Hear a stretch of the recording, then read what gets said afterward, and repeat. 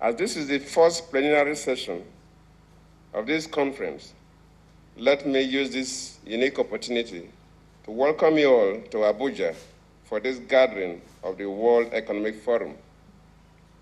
Nigeria is proud to host this event, the first time the forum is coming to West Africa.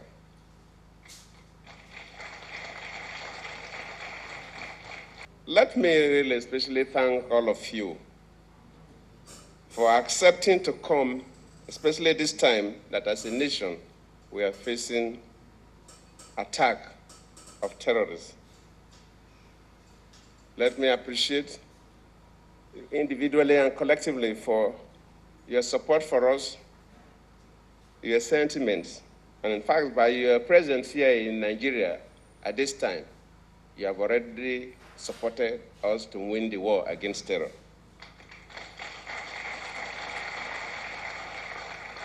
If you had refused to come because of fear, the terrorists would have jubilated and even have committed more havoc. But you are coming here to support us morally. It's a major blow on the terrorists. And by God's grace, we'll conquer the terrorists. Let me use this unique opportunity to appreciate other countries that have expressed their commitment to help us, especially in terms of rescuing these girls that have disappeared from one of our secondary schools.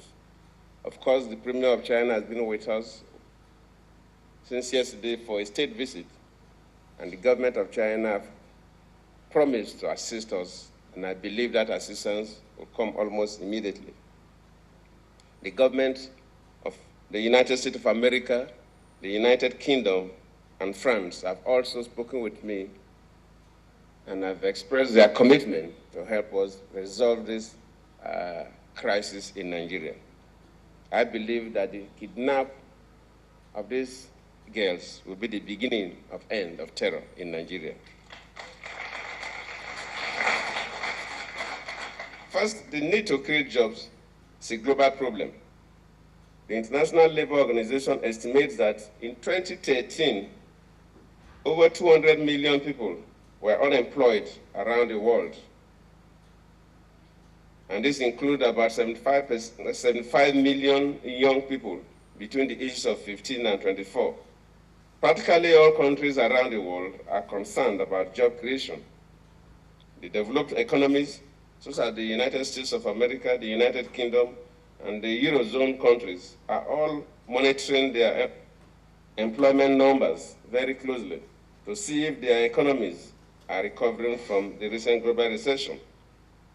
In Southern European countries, such as Spain and Portugal, unemployment rates have also remained high in recent years, some cases above 20%. In fact, there have been many reported cases of reverse migration of young graduates from Portugal and Spain who are now moving back to their former colonies, such as Angola, Brazil, and Mozambique, to seek for jobs. In Africa, we have employment challenges. The unemployment rate today stands about 20%. Of course, in Nigeria, it's about 24%. The second point I want to make is that in Africa, the unemployment problem is compounded by a youthful population. And of course, this is quite critical because that is the population that will need houses, will need a lot of support. That means that job creation is what most African leaders will occupy a greater part of their time thinking. Whenever they are sleeping or when they wake up, is how do we create jobs for this number of unemployed youth, especially the ones that will continue to enter the labor market. This leads me to my third point. What can we do to create more jobs? And how are we addressing this problem in our country, Nigeria?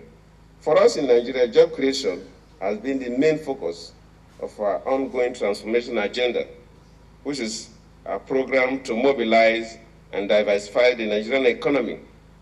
Job creation is one of the concerns that keeps me up at night, and has been the main theme of our federal government budget in the recent years. But our budgets are structured in a way that we will create jobs for our young people.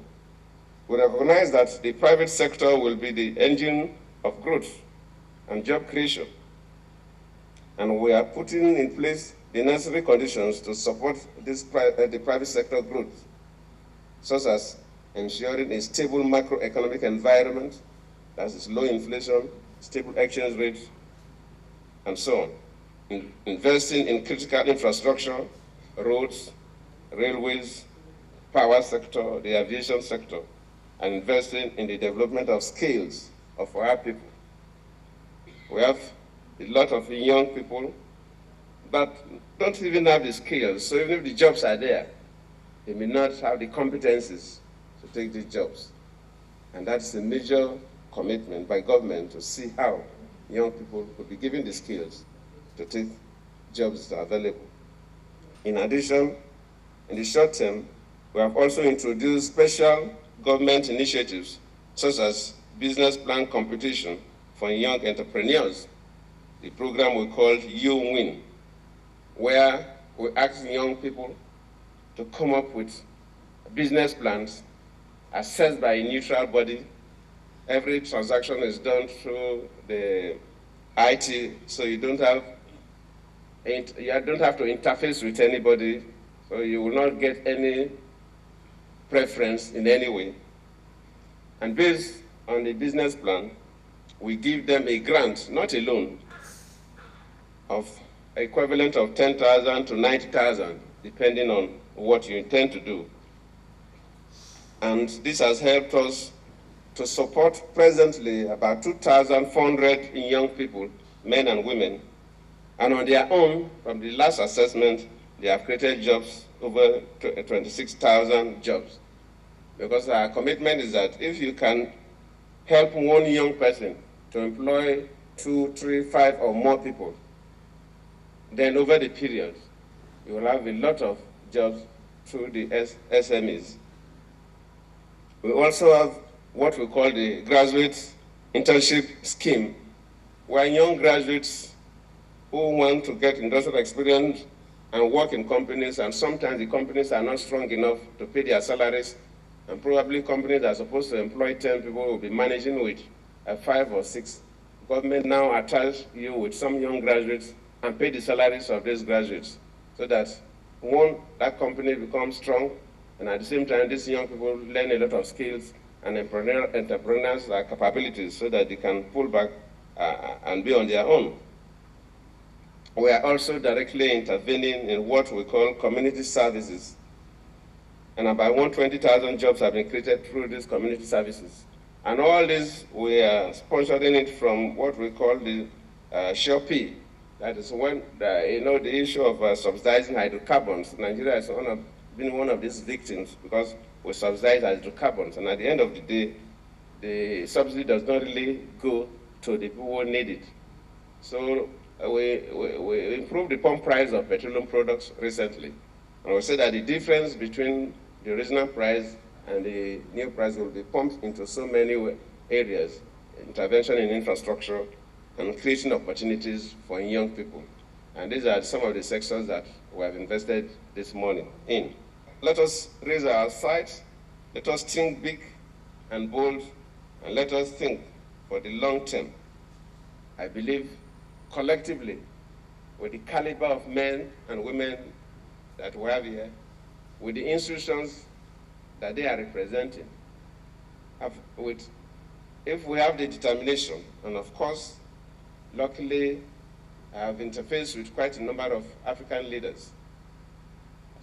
Before this time, most African leaders struggle to stabilize their countries because of unstable governments. But democracy has come to stay in Africa. Most countries are very, very stable. So their heads of government are now facing core development issues instead of diverting attention to stopping coup or planning a coup. They are facing development issues. I've seen the political will, I've seen the total commitment of African leaders, and collectively, the people in this house as we discuss these issues in the next 2 days, surely we'll take decisions and the right steps to get Africa out of our current position today. I thank you all.